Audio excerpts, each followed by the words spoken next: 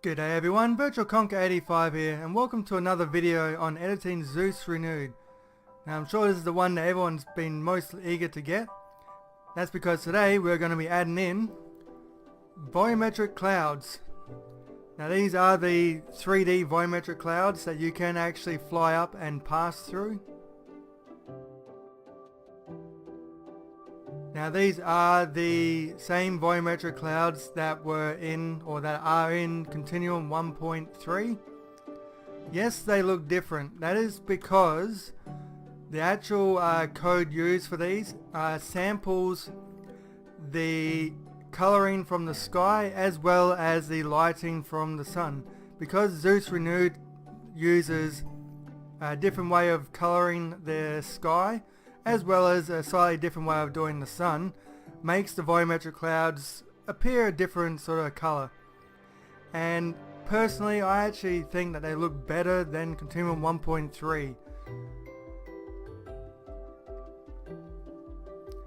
Now before I go any further, I just want to do a shout out again to this YouTuber here who actually reached out to me and supplied me with the missing pieces to the puzzle to get volumetric light and volumetric clouds back into SEUS Renewed. As you can see, he's already got his own little video up here showing what he's done with the volumetric clouds and volumetric light. He actually has recoded them himself, but I've stuck with the code that I came up with in Continuum 1.3 for the volumetric clouds as well as the volumetric light. I have, however, taken a few bits from him, mostly the filtering of the volumetric clouds, because his way worked better than the previous way that we had. Alright, now before we get started, I do have to issue a warning with these volumetric clouds, as they are very performance heavy. They will take probably an average of about 11 to 15 frames off your performance when using them. As you can see, we're running on about 78-79 frames a second. This is on a GTX 980. I would recommend at least a minimum of a GTX 970 or AMD equivalent or better if you're going to be using these just for your everyday gameplay. Obviously cinematics and pictures won't matter as much. These are a bit more taxing than Continuums. Continuums take off around 8 to 10 frames a second. This is mostly due to, I believe, the way Sonic Ether is handling things in SEUS Renewed. We just don't have as many G buffers to pass stuff through at the moment, whereas in Continuum we had probably about double the amount. We're able to pass it through a bit differently. That's just a guess, I possibly could be wrong, but as you can see, we're on about 78-79 frames. And if we go back to just using the ordinary clouds with volumetric clouds off, we're on about 91, 92, somewhere around there, frames a second.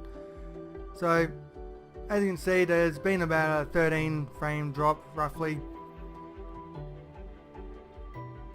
So yeah, just wanted to put that out there before we get started, because yes, you will have a bit of a performance hit with these volumetric clouds. So with that, let's get started. Alright, so first you'll need to download the provided text document that will be in the description of this video. This will be the volumetric clouds code. This will have all the stuff that we need to get volumetric clouds back into SEUS Renewed. The other thing you'll need to then do is open Composite 2, Composite 3 and the shader properties if you want the option to be able to add in toggleable options for the volumetric clouds. Alright, so starting off, we'll start off in Composite 2 and we need to come down to line 62, which is just here. We are going to hit enter and we're going to copy and paste in this bit of code just in there. Alright, next we need to come down to line 184. So we're going to do Control G and 184. Alright, in here we're going to hit enter once, go back to line 184, and we're going to copy and paste in this varying vec 3. Next we need to come down to line 347, so once again Control G down to 347, go. From here we're going to hit enter once and we're going to copy and paste in this bit of code. Once done, we'll hit enter. This is just to make sure that we're all on the same line numbers, and it just makes it a little bit cleaner. Alright, so in here we do Control G, and we're going to come down to line 1441. Go. In here we're going to hit enter twice, go back to line 1442, and we're going to copy and paste that bit of code in just there. Scrolling down, we're going to do Control G, and we're going to go down to line 1830. From here we hit enter once. Now there's a bit of code to copy. We're going to come all the way down to there. Control C, Control V, and enter to keep our line numbers the same. From there we do Control G, and we're going to go down to line 2294. In there we're going to copy this little bit here and paste. We're not going to worry about hitting enter there.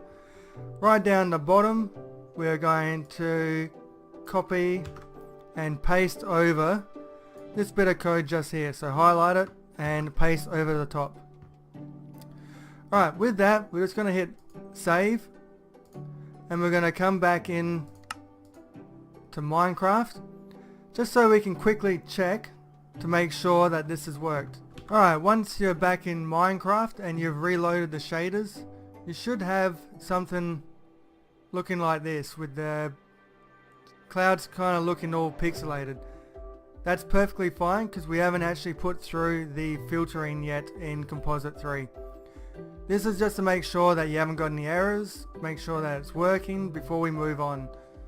If you are getting errors of any kind, perhaps pause and go back and re-watch the tutorial to make sure that you've followed it correctly. Alright, so with that we're going to move on. Alright, so next we're going to move on to Composite 3. In there we're going to copy this define and paste it on line 28. I'm not going to worry about doing the enters for this one, that's just fine. We'll do Control G for the line number, and we're going to go down to line 1041. We're going to hit enter, and we're going to copy in this little bit of code. This was actually a recode by the YouTuber that I mentioned before. The original filtering that we had, for some reason I couldn't get it working 100%. Well, actually I did, but I found that this one here gave us an extra 1 to 2 frames, so he actually did a really good job in this recode, and the code itself is smaller and cleaner, so I'm not going to argue, I'm just going to stick with this, and since he was happy for me to use it, that's what we're using. Alright, so from there we're going to go down to line 1075. In here we're going to hit enter twice and go back to line 1076 and copy and paste that bit of code in. Hit save, and we can come back into Minecraft quickly. Just to test, do F3, and if you've done it correctly, your clouds will now be filtered. Alright, lastly, this bit here is completely optional. This is just adding in the shader options so you can actually toggle the volumetric clouds on and off in gameplay. I recommend doing it, but it's not necessary for these to work. Alright, so we're going to go to line 21 in your shader properties, hit space, and we're going to do the 2 squared brackets.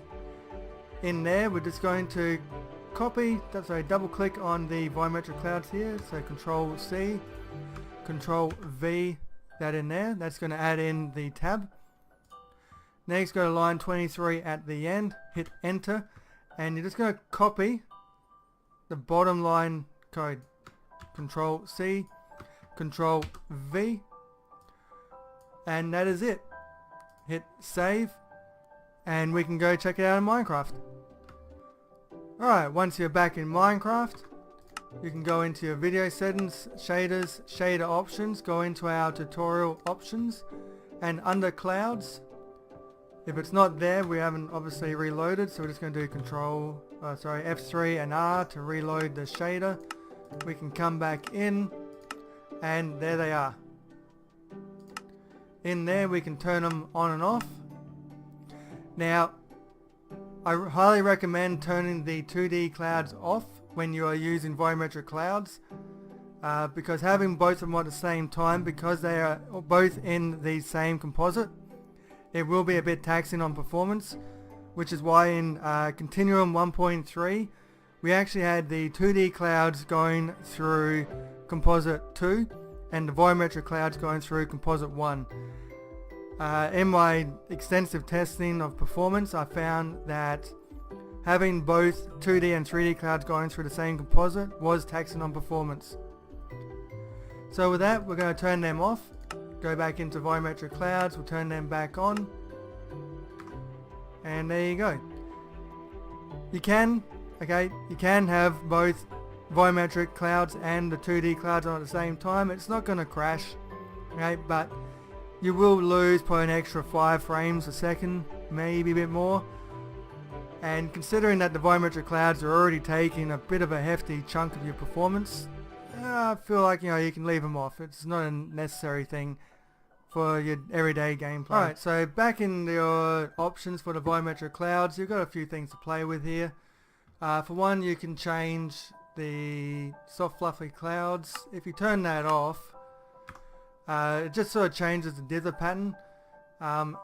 It will make them like a slightly bit pixelated on the far edges, but you will find that on the very edges of the screen when you're moving, the clouds won't have that sort of like ripple sort of effect in it. So if you're sort of looking at these clouds here towards the edge of the screen, you can't see much of a ripple sort of coming through.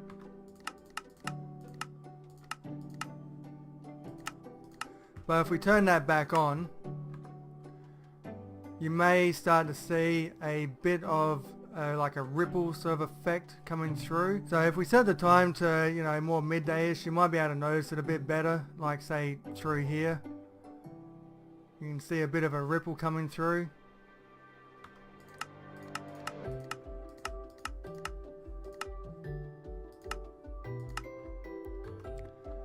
And if we turn it off, it's nowhere near as noticeable, but they don't look as soft and fluffy as before. So this will be a personal preference to how you want them.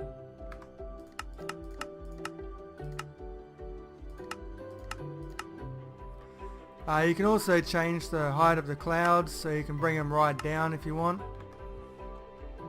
You can raise them higher, have them the way you want them to. Alright, so back in your shader options, you can also change the Volumetric Cloud type.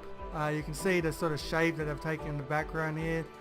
If we change that and turn it to off, you can see here it changes the way the clouds look.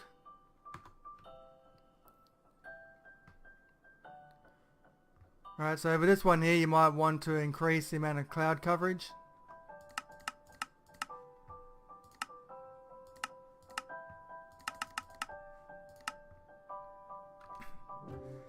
To say something like that.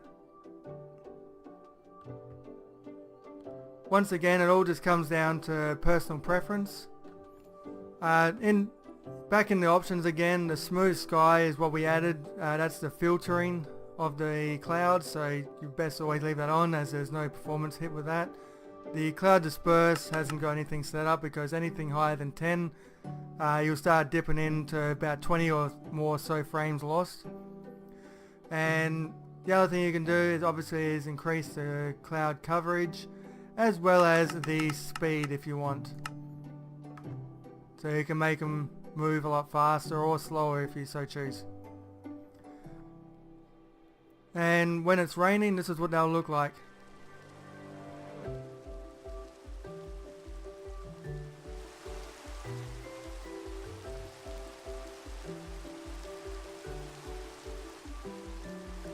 Make it go back to clear.